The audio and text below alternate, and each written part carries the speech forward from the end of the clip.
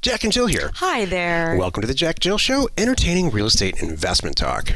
I'm Jack Butella. And I'm Jill DeWitt, broadcasting from sunny Southern California. Today, Jill and I talk about how to price your land offers. Yesterday, we talked about how to price house offers. Today, it's all about land. Before we get into it, let's take a question posted by one of our members on the JackJill.com online community. It's free. Cool. I'm not sure who the member is. It just says member asks. Mark. Mark asks, land contract or deed of trust in California? What do you prefer using in California? And have you ever taken a property back after default? I would really appreciate some insider knowledge. Good question. It's a question that we get quite often, and Jill, I'll answer it if it's all right. Please. Yes, we have taken back property under a land contract and a trust deed, and both in California I have. I'm not sure if Jill has or not. But no, I prefer to just give it to him or walk away.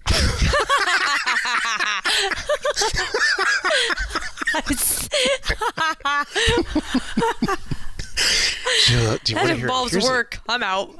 Before I answer this question, this is a story that Jill told us while we were still in our pajamas that we talked about. I said, Jill, at times when we go to real estate events and things like that, you're really, I don't want to steal your thunder or anything, but there's just a lot of horsing around. And she said, let me tell you a story. Well, go ahead and tell a story. He's like, you've got to tone it down. You're just so social. There's a time. By the way, one of the things I love about Jill, I don't want to stifle any of this. I got a speech. There's a time and a place for it. And I said, listen, it is not in my nature. I've known that since 6th grade. Why do you think Mr. what was his name? Tinman, I think it was, put me in the back of the class and moved a bookcase in front of me because I could not stop talking to everyone in this stupid 6th grade class. All right. Oh, there's more to the story, but that was the result. So Jack finally, it's like, how long have we been together? Finally goes, oh, I'm like, yeah, you're asking me to do something that I'm really not sure I can do. That's what I love you. Thank you. For one of the many reasons. Thank you. The basic difference between a land contract and a deed of trust is this. A land contract is an agreement between a buyer and the seller on a piece of paper that says, I agree to buy your property for X, and I'm going to pay it over $200 a month or whatever it ends up being. And at the end of the contract, I'm going to deed it right to you, and you're going to own it. You own it the day you sign the contract, and you use it like you own it, but it doesn't actually get recorded till the bitter end. That serves a lot of purposes. You keep everybody out of it. It's just an agreement between two people. And if there's some trust, it works out great. Mm-hmm. A lot of the time, most of the time. A deed of trust is where you bring in an unrelated third party like a title company. And this is exactly how, with your mortgage, this is what all mortgages that I know of are deed of trust property. So title agent's involved. The property gets recorded in your name, but with a lien on it, just like a car with a loan. So you buy a house, you buy it, you move in, you start moving your furniture in and making some changes, and on the deed it says, Jack and Jill own the house, but Bank of America has a lien on it until it's paid off.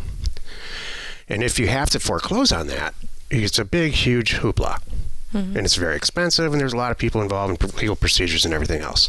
The first way with the land contract, if you have to foreclose on it,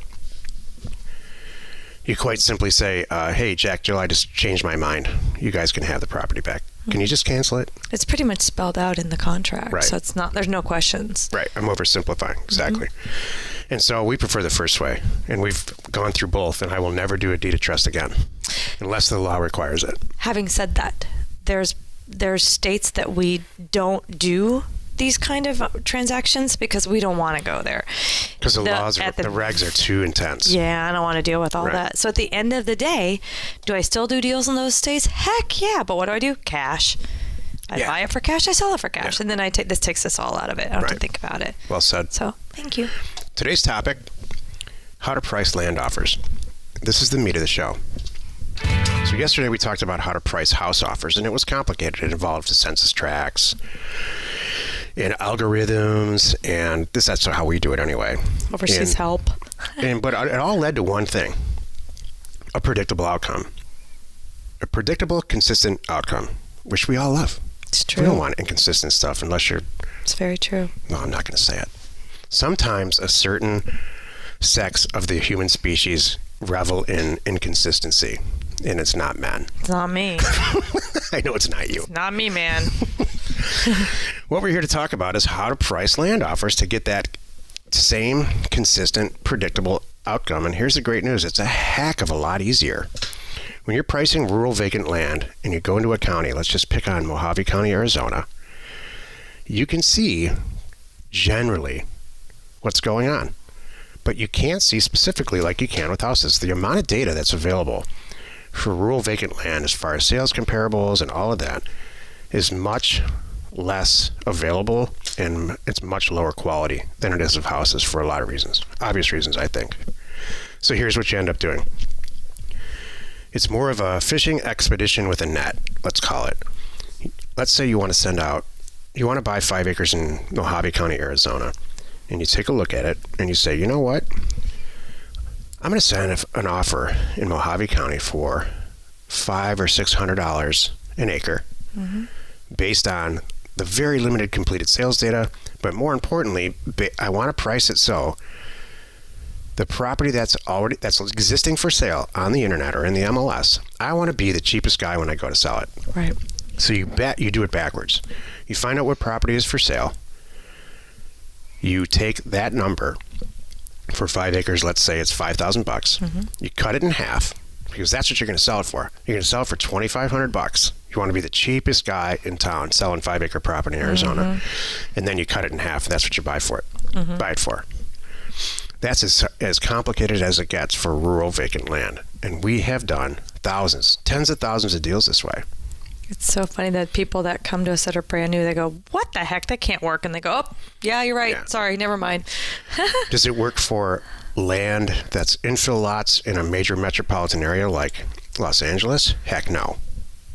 I don't. There's one-offs. She's looking at me like, because we have. Believe me, I've made mistakes in mailers in the past where I've priced it way too low, and we end up buying property for next to nothing. I've paid $1,900 for things people have spent $29,000 on because they needed to get rid of it. There's always one-offs, but as a rule of thumb, you're correct. But we're looking for consistent, predictable results. Yeah, consistent. No. Not home run out of the park once a season. But those properties aren't those infill lots a happy medium? It's not a house pricing, and it's not a rural vacant way out there pricing. It's in the middle pricing. I price urban infill lots that are buildable the same way I price houses. Okay, thank you. All right. And it's harder. That's really sophisticated stuff. Right. And nobody sends mailers on the planet except us. Is there a Zillow comp? Yeah. Or Redfin comp? Yep. On that infill lot? Yes, and all of their algorithms How are they? They don't account for it. They're a mess. They're not right. They're a mess. Oh. But there's a total way around it. It's all covered in House Academy. Oh. That, my friends, is why we say start with land. It is a good place. I can't express this enough. Jill and I say it probably 3 times a day.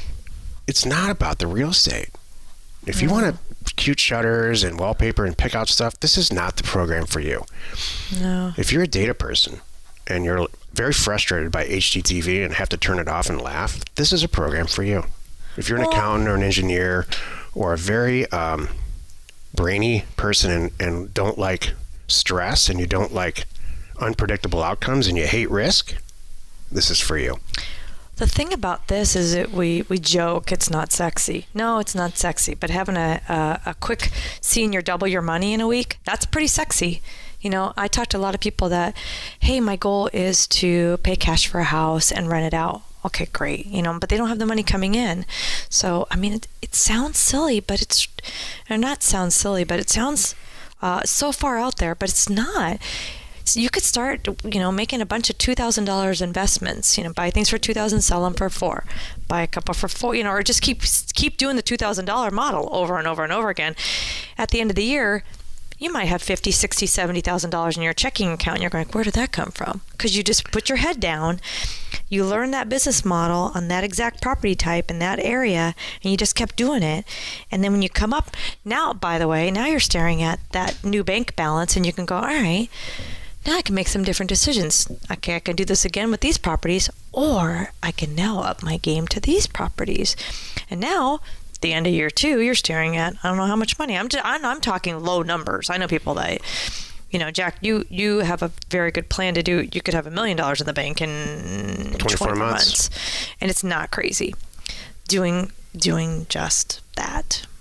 It's very predictable. So when you really start to think about it, if you send out 2,500 letters, well, we're talking about land today. If land is so easy. I mean, you send out, let's say, if you're brand new, 300 letters, you buy a property and you do it correctly, like Jill just said. We always say start with land. And then if you really want to get into houses later, do it because it's so much easier. It is. It's really easy. Get your feet easy. wet, understand the spreadsheets, understand the concepts, understand that the real estate doesn't matter. Yeah. How to check the ownership. Not a lot of risk because you're not spending, $150,000 on a house. You're spending $1,500 on a property. Right. So if you make some mistakes, it's okay.